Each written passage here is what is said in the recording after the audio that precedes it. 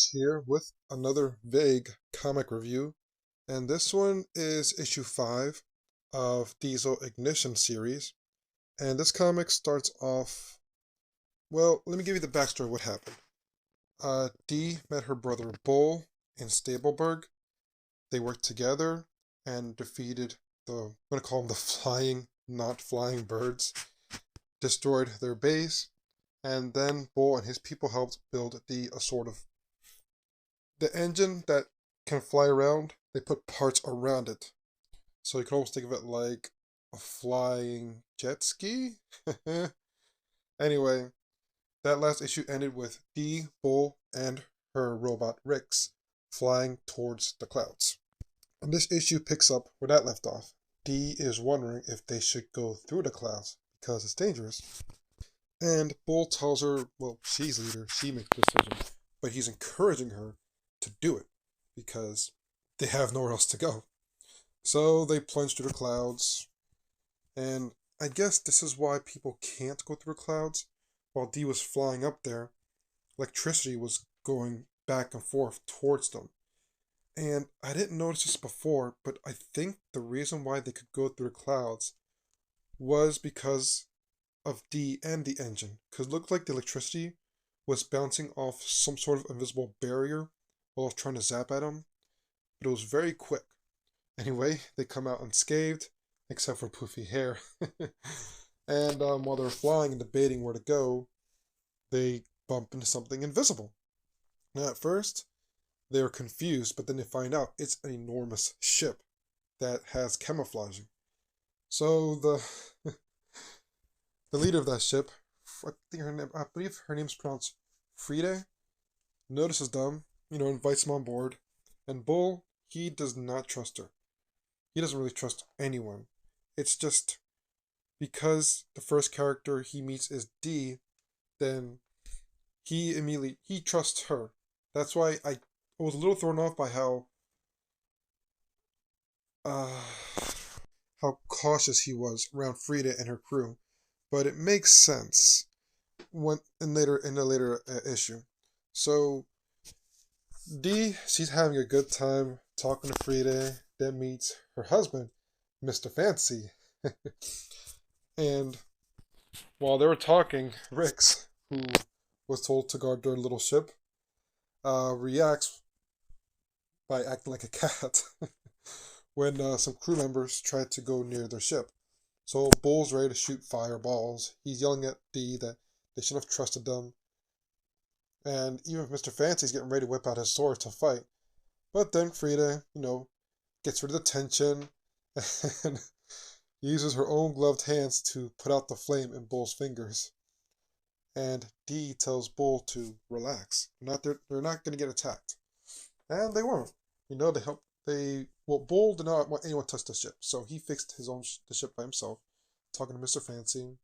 Dee's talking to Frida about her plans to go to the gas capital, and we get a bit more about Frida and her group. They're transporters.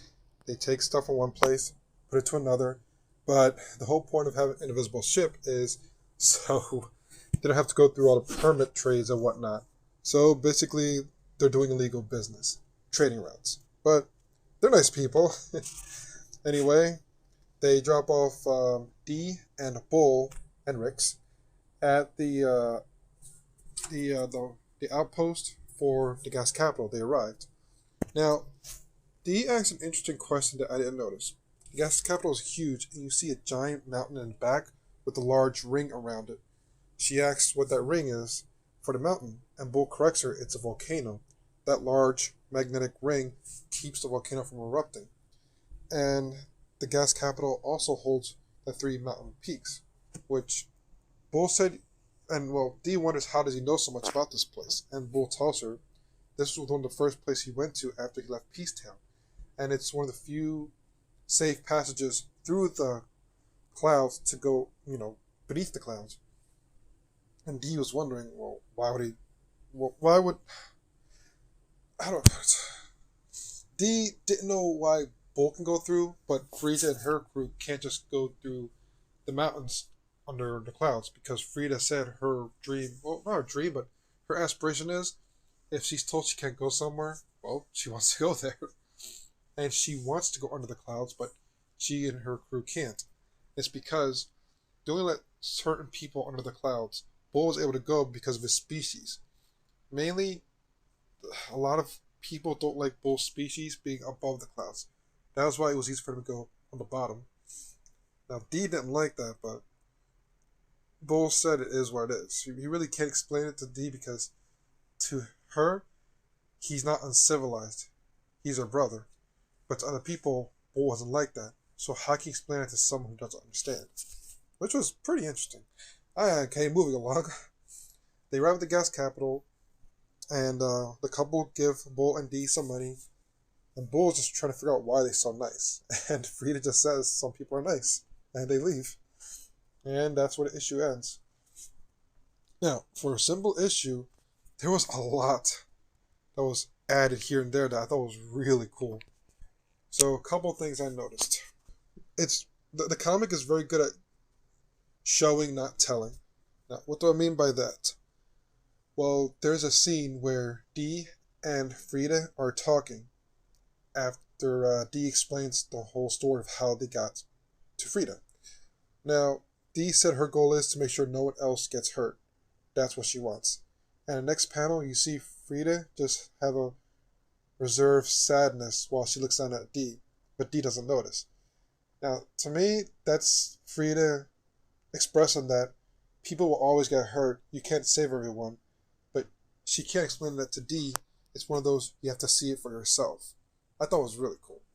Another scene was between Bull and Mr. Fancy.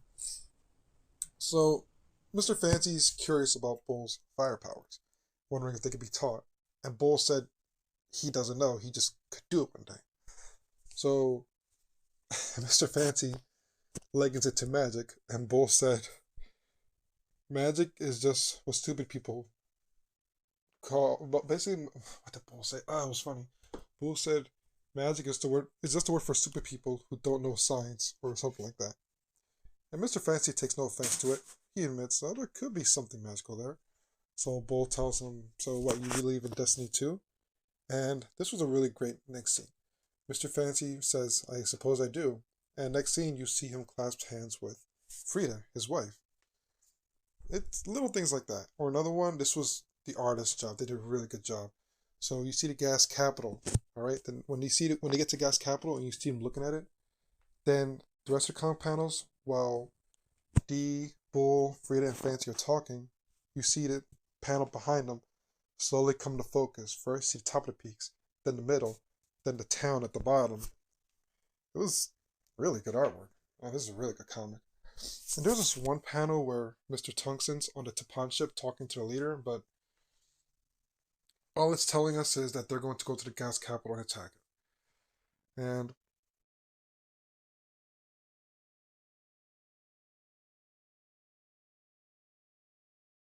but yeah, that's all for this comic. It was fun. Riggs is still my favorite. Bull is awesome.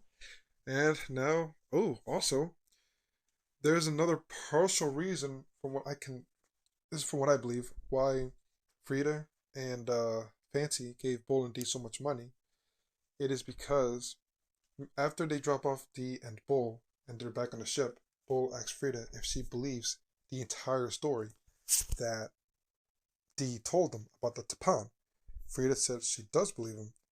And then Fancy tells her, well, then we should get out of here as quickly as we can, because today is the best day for them to attack.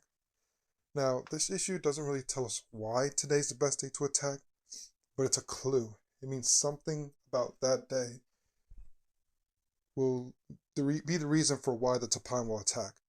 And now there's issue 6 of Dee's Ignition. And this one starts off with Dee and Bull in the gas capital. Now, Bull is trying to warn Dee that they can't trust anyone here. They have to be on their guard. And Dee, she's not paying attention. She's enthralled by all the people and there's some different species here and there. And she thinks, well, this will be fun. And while Bull's trying to warn her, she comes across like a little one of those side hustlers that have an upside down box with cups, and you play a game. You pick the right cup that has a ball in it. You win some money. So this Weasel with the little sly, I wouldn't say sly expression, but the way his expression is, and that pompadour, he's talking about, hey, come play a game. You can win you can win extra cash. So D wants to play it, and the Weasel said, just try to find a coin under the cup. And D's expression while she messes with Bull, as in, wow, this game is hard. And you see her use her electric powers to find the right coin and to win some money. And the Weasel said, well, you could triple your cash. And he uses 6 cups, and he's even faster. But again, D uses her electric powers to find the right one, and they leave with 3 times as much cash. With D talking about how, hey, they have all this money. And Bull's just stunned. So they go to get some new clothes because D thinks they shouldn't go meet the king of the gas capital in their current attire. So Bull keeps telling her they shouldn't do it.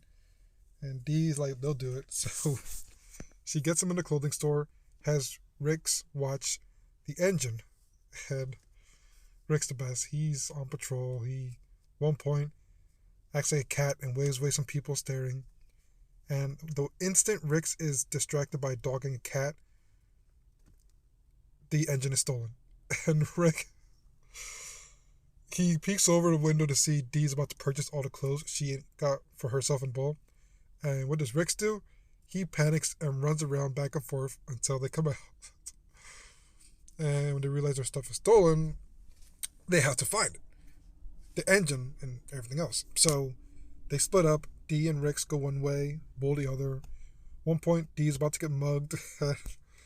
She gets Rix to beat them up. So Rix, being cool, punches both of them out of the way. Bull finds their stuff and uses... It's clever. Because he's on the other side of the Capitol, he takes a pipe that he finds, shoots fire through it, so it makes like a big smoke in the air. And D sees it and, is able to catch up with Bull. And they find out that... Well, Bull's saying, okay, they have to get their stuff before it gets to the other side of the gates. And it's on the other side of the gates of the Gas Kingdom. So they can't get to it. They see it, but it's already getting away from them because it's on the back of a carriage. So they try to tell the guards, hey, that's our stuff. They were stolen. But the guards tell the 2 kids, the royal guards do not steal. So they're not getting anywhere with them. Dee tries to convince them, okay, well, she wants to see the king. And the guard tells her no. So Dee thinks, okay, well, what if we come back with nicer clothes? Can we see the king? No. They're getting nowhere with these guards. So Dee demands to speak to the guard's superior. And the guard mentions, what was it? You mean Captain Diesel? And Dee and Bull's expressions are like, really? Diesel? That's one of their brothers. So she said yes, she wants to speak to him. So the guards look at each other, shrugs, and the guard's talking on a phone that if Captain Diesel knows these 2, and the guard promptly explains what they look like. There's some more hilarious banter, and then they're let through. And I believe that's where the chapter ends. But yeah, it ended with D and Bull going into the Capitol to meet with Captain Diesel, which is good. I mean, hey, they got in. And that ends chapter 6. And this was... it's unmarked. It's fine. I won't edit that out. But this was a really good chapter. I enjoyed it a lot. The colors are great. The way the drawing is. It looks like the colors for this is a little different than the last issue. I gotta double check that, but Dee's expression, and then she gets annoyed in the end when she tries to get mugged. Bull, just being Bull. Yeah, I don't know what to say. It was a good chapter. It's a shame that this book doesn't get any more popularity. I found it only because I knew Tyson Hesse did Sonic artwork, which I enjoyed. And looking through him, I realized he made this gem of a comic.